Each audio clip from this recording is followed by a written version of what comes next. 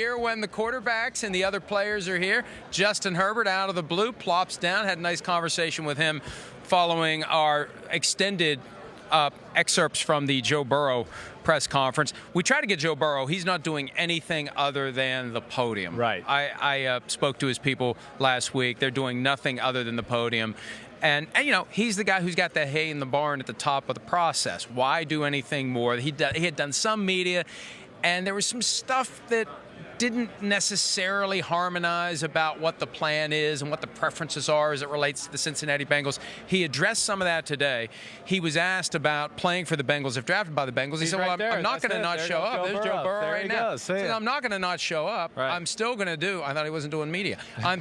They told me he wasn't doing media. Maybe it's something we said. Like Florio He's not doing our media because we were the ones who had really been pointing out the discrepancy between things he had said, things that Carson Palmer said, things that Joe Burrow said to Dan Patrick when he said that you want to be the first overall pick, but you want to play for a team that is committed to winning. That came just days after Carson Palmer had said the Bengals aren't committed to winning. He seemed to put a lot of that to rest as it relates to his willingness to submit to the process. And I've seen some people on social media who are reporters who I would think know better than what they have said. Right. For Joe Burrow to come out at his press conference and say, I'm going to submit to the process. Yeah. I'm going to play for whoever picks me. That doesn't mean he wants to play for a given team. Sure. He's just accepted the fact that he has to go wherever he's picked because what's the alternative? You know, if you're the first overall pick, you're not going to say no to $36 million over 4 years fully guaranteed. You're going to go there. That doesn't mean in his heart that he's not maybe hoping that it works out a different way. Right. That's two different things altogether. Yeah, well, and either way, I thought he handled his press conference, very, very well. He's phenomenal in those settings. He really is. And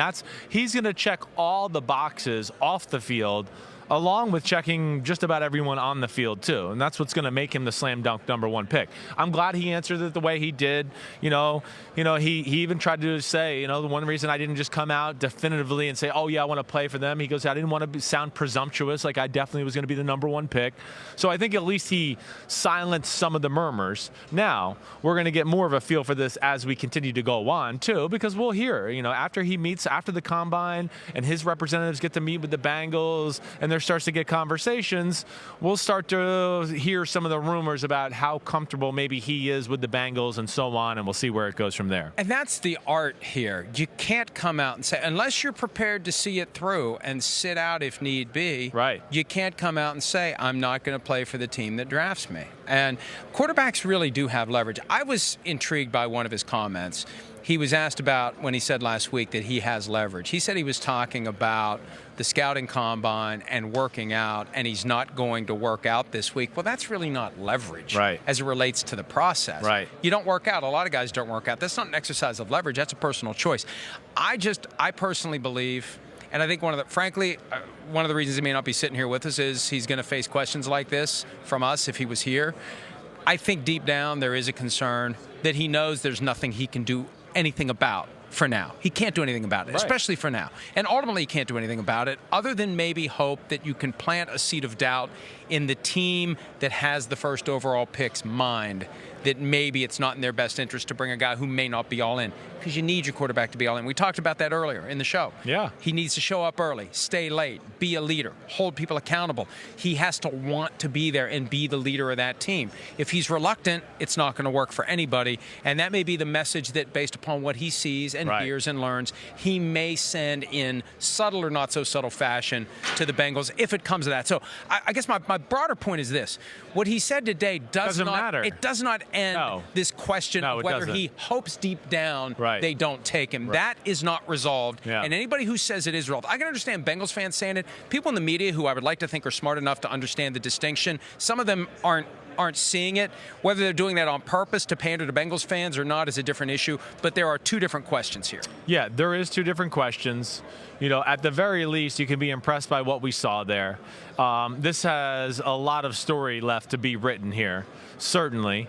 I think what also plays into the angle is something you've mentioned a lot, the fact that he's working with, Carson Palmer's brother, and Carson Palmer, of course, did not have a great marriage with the Cincinnati Bengals. I think that leads us to more questions because we think that the Palmer family is probably telling Joe Burrow more of the dysfunctional things that went on in the Bengals organization that maybe we're not aware of, but of course Carson Palmer is. So those are the things that we're going to see going forward. And yeah, I think this is still a very early in this process, and this will be the first chance for Zach Taylor to sell himself to Joe Burrow, to say, listen, like, there's something to be excited about.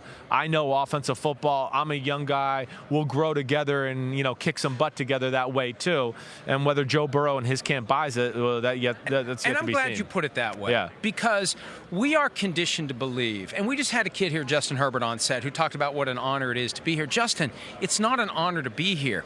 They see value in these guys. They see benefit. They see the potential to make a lot of money and win a lot of football games with these players. Justin Herbert has earned this honor. This is not an honor per se. It's a job interview where there needs to be more of the team selling themselves to the players than the players selling themselves to the team, especially for the guys who have leverage, as Joe Burrow said. The guy, if it's a quarterback and he's not all in, you got to sell yourself to him to get him to be all in with your team. Well, that's part of what the Bengals need to do. You're right. All right, so you go through the draft, though. How many guys really have leverage? Like, I look at it right now, just really want to say, like, those are the only two guys, right? Chase Young and Joe Burrow? Tua has some, just from the standpoint. If you're a quarterback, if you're a high first-round quarterback, and you don't want to be with the team, and they get the impression you don't want to be with the team, that's a problem. Yes, so those guys have leverage, but you have to use it in subtle ways. And I think that may be why Burrow said what he said. Look, I think maybe the horse started to get a little too far out of the barn, or the cart got in front of the horse, or whatever stupid cliche I'm trying to say. Right. I think that there's a subtlety and a nuance to pulling this off to get a team to not draft you, and it became too big of a story. And it's really not all that complicated. He says, I'll play for whoever picks me. Carson Palmer says the Bengals aren't committed to winning. He hires Jordan Palmer to coach him, and then he tells Dan Patrick, I want to be the #1 overall pick, but I want to play for a team that's committed to winning. Yeah, right. It goes full circle pretty quickly. Well, those questions are two still different there. answers and in one there. Today doesn't change. Hi, I'm Mike Tirico, and thanks for watching. Make sure to hit subscribe for the latest news and highlights from NBC Sports.